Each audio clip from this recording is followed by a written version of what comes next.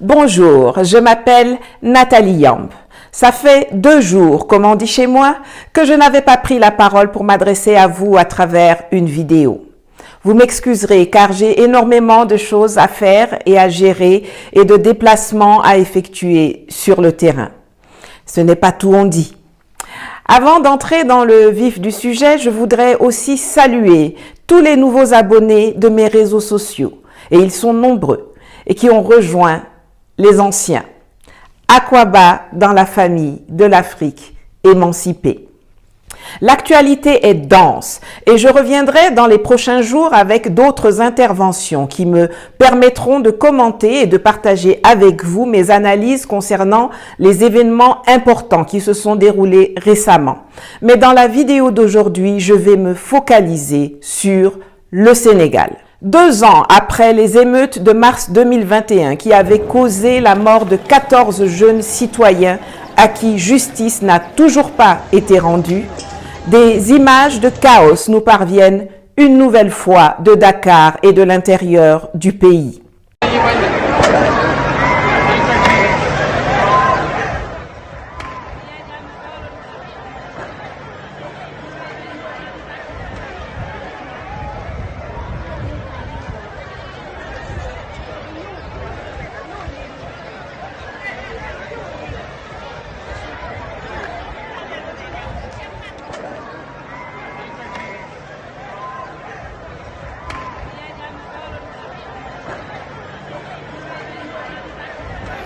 Chantier BRT taal lañ ñëw. xaaral wuyu ma ku yor briquet bi na dem ci côté bële. En action 15 mars mercredi 15 mars.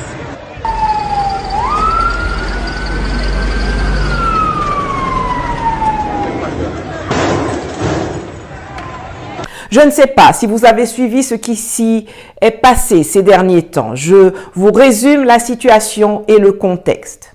Nous sommes rendus à 11 mois de l'élection présidentielle et le Sénégal est de nouveau sous tension. Le principal opposant et candidat déclaré à la magistrature suprême, Ousmane Sonko, est la cible de tous les harcèlements, de tous les abus de pouvoir et de toutes les violations de droits fondamentaux que l'on peut imaginer.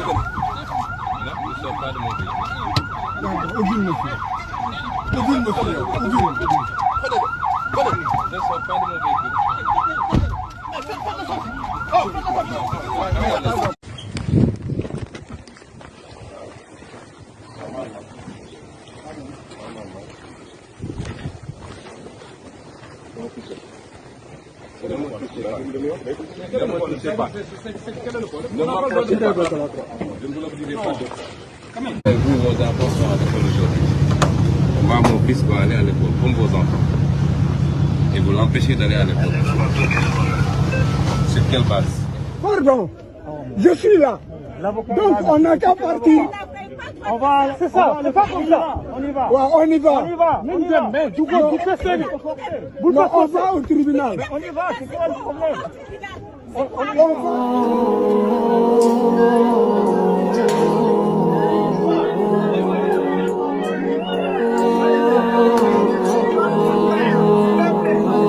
Ces meetings sont interdits. Son domicile est assiégé par la police et la gendarmerie. Ses enfants sont empêchés d'aller à l'école. Son épouse au travail. Lui-même est empêché d'aller prier à la mosquée. Son véhicule est régulièrement cassé par les forces de l'ordre. Des ministres et supporters du régime menacent de le tuer. Il est violemment agressé, brutalisé, kidnappé par des hommes en uniforme, gazé, interdit de circuler librement. Le pire que vous pouvez imaginer lui est imposé. Pourquoi? Parce que Macky Sall veut s'éterniser au pouvoir en violant la Constitution et éliminer au propre comme au figuré celui que le peuple sénégalais aspire à installer dans le fauteuil présidentiel pour lui succéder. Je suis encore à mon premier mandat, qui finira en février 2019, plus précisément en mars-avril 2019.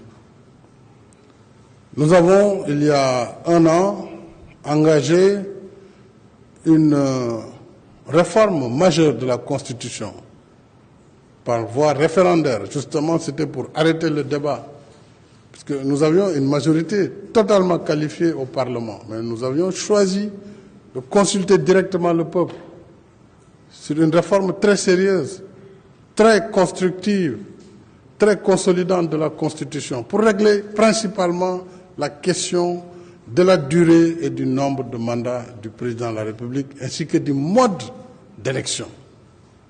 Cette question a été définitivement fixée dans cette Constitution.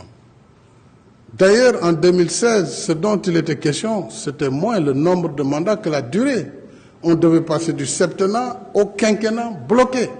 Mais le nombre de mandats s'est réglé depuis très longtemps, c'était 2 mandats. Donc le nombre de mandats n'a pas été modifié. Pourquoi engager une discussion sur un débat de 2024, un débat qui n'a pas lieu d'être, puisque je suis dans la logique de ne pas dépasser 2 mandats si le peuple sénégalais me fait confiance en 2019.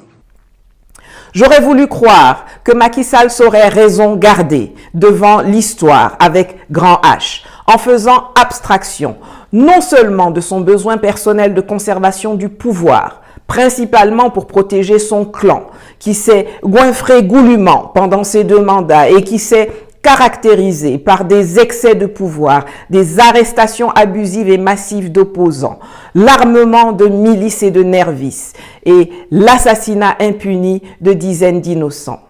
Mais aussi pour obéir aux ordres de l'Élysée, car Emmanuel Macron lui a enjoint de rester au pouvoir pour sauver la France-Afrique dans cette période cruciale où la survie de la France se joue en Afrique, c'est Macron lui-même qui le dit, et où son rejet du Sénégal signifierait l'écroulement de l'Empire. Je me suis trompé.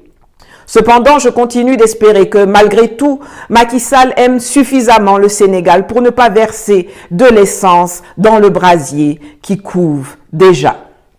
Ce qui se passe depuis des semaines et des mois ne laisse aucun doute. Prenant exemple sur son copain Alassane Dramane Ouattara, Macky Sall va illégalement briguer un 3e mandat. Si cela n'était pas le cas, l'on connaîtrait déjà le nom du candidat de l'APR en lice pour l'élection présidentielle du 25 février 2024. On peut penser ce que l'on veut du Nigérien Mahamadou Issoufou, mais l'on savait clairement, quasiment 2 ans avant l'élection, qu'il ne briguerait pas un nouveau mandat, son parti ayant investi Mohamed Bazoum comme candidat du PNDS dès mars 2019 pour compétir à l'élection de février 2021. Pareil au Nigeria, au Ghana, au Cap-Vert. Et pourtant, Macky Sall n'a aucun souci à se faire pour ce qui concerne son avenir personnel après le pouvoir. Il est intelligent, plutôt raffiné, relativement jeune et bien connecté. Les options de reconversion ne manquent pas. Il a suffisamment prouvé à la communauté internationale sa capacité à la servir avec zèle. Il n'aurait aucun problème, s'il souhaitait ne pas profiter d'un repos bien mérité, à rebondir et à présider une des agences onusiennes, voire même à devenir secrétaire général de l'ONU ou de la francophonie, le nouveau cheval de Troie du néocolonialisme français en Afrique. Il peut aussi se reconvertir dans les affaires, dans l'agriculture, prendre la tête de la vicieuse initiative Farm concoctée par Macron et l'Union européenne. Ou alors devenir médiateur de l'Union africaine ou des Nations unies pour l'une des innombrables crises qui secouent le continent ou le monde. Ou même envoyé spécial officiel de l'Union européenne pour le conflit OTAN-Russie en Ukraine. Il avait déjà endossé clandestinement cet habit pour aller négocier les céréales pour les pays européens auprès de Vladimir Poutine en 2022. Il peut même faire comme Barack Obama et Mahamadou Issoufou et rester celui qui tire les ficelles en coulisses, alors qu'un pantin bien choisi par ses soins occupe le devant de la scène. L'argent, il en a déjà plus qu'il ne peut le dépenser. Mais cela n'empêche pas que s'il quittait le pouvoir, comme la Constitution le prévoit, il obtiendrait certainement le prix Mo Ibrahim pour le leadership africain, doté de 5 millions de dollars, plus une rente annuelle à vie de 200 000 dollars par an et du financement à vie également d'une fondation à hauteur aussi de 200 000 dollars annuels. J'avais fait une vidéo sur la fondation Mo Ibrahim dont je vous mets le lien ici pour ceux que cela intéresse. Ça vaut le détour. En tout état de cause, Macky Sall pourrait sortir la tête haute en laissant derrière lui un bilan qui peut se défendre au plan des réalisations des infrastructures, notamment avec des ponts, des routes, des transports, des stades qui se laissent voir. Mais il préfère jouer la carte du chaos. Pourquoi ? Il faut être bête ou aveugle pour ne pas voir la main de la France dans le tumulte qui s'annonce au Sénégal. Il suffit de voir le dispositif de sécurité qui est déployé spécifiquement devant les entreprises françaises dans le pays pour comprendre qu'elles sont plus importantes aux yeux de Macky Sall que la protection de la Constitution ou des citoyens sénégalais. Pour la France, la seule chose qui compte, c'est que Ousmane Sonko n'arrive pas au pouvoir. Parce que Ousmane Sonko, président de la République, c'est la fin du franc CFA.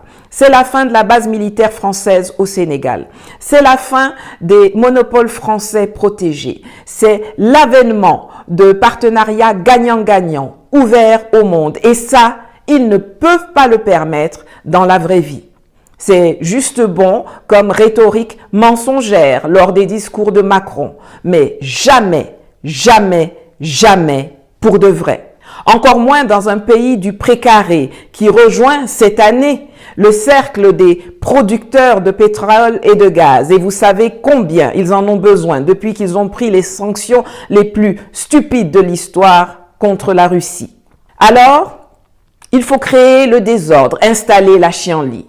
Si d'aventure le soldat Macky Sall n'arrive pas à se maintenir coûte que coûte au pouvoir, il faut pousser le bouchon si loin que les populations se soulèvent, que les camps s'affrontent, idéalement qu'une guerre civile s'installe.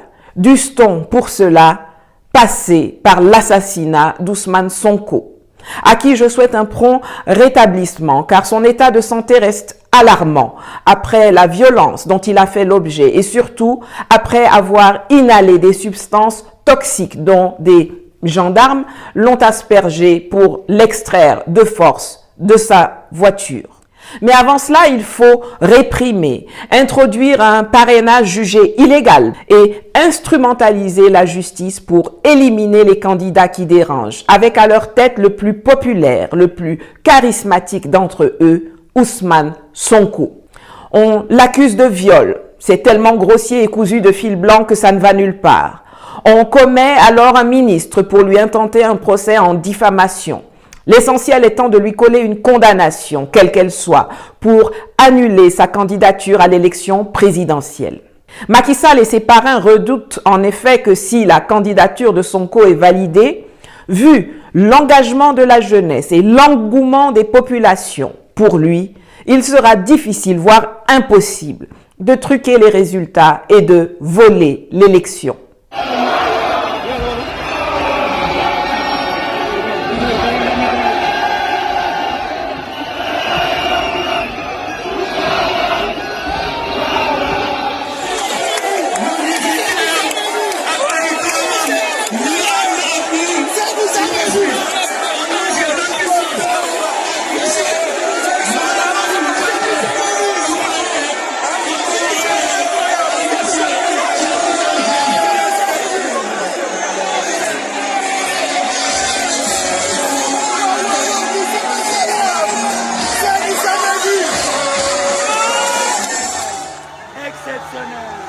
Exceptionnel, le président Ousmane Sonko qui lève les bras en signe de reconnaissance.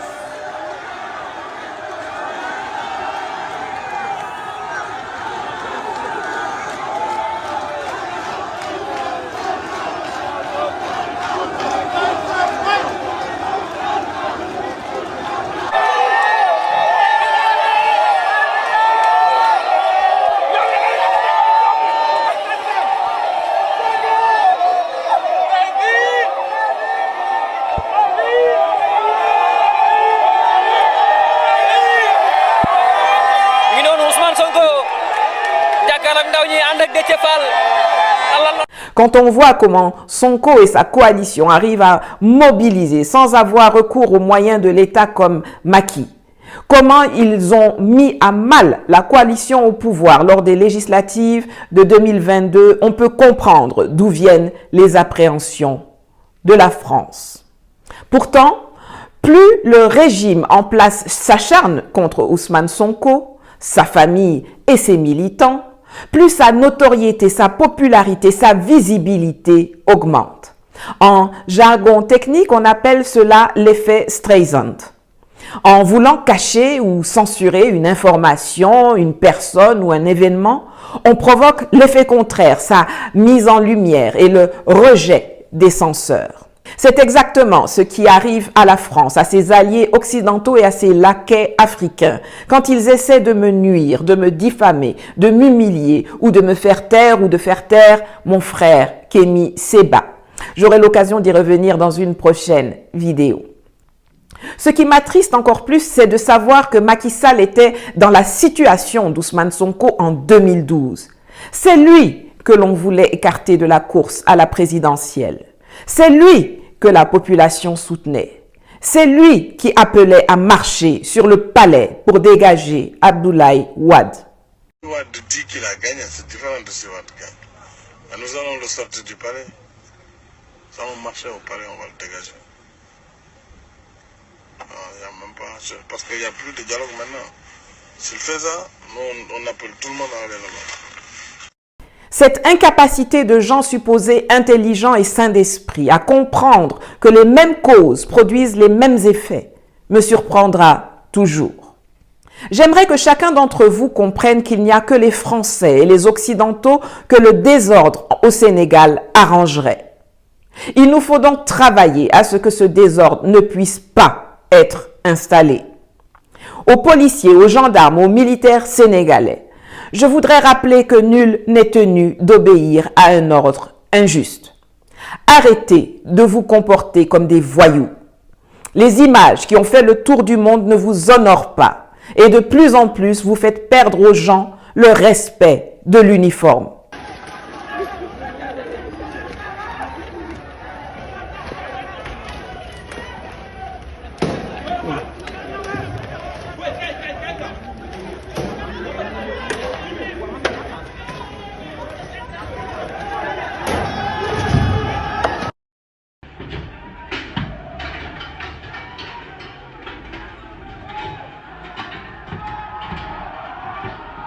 wuy sama nday ñi ngi rey policier yo ayo ñi ngi leen di rey wuy ubbi na porte bi wuy dinañ ko tirer bal wuy sama nday ñu ngi koy rey oh wuy ñu ngi koy rey oh wuy sama nday wuy yaay dinañ ko rey daw leen gaaw oh.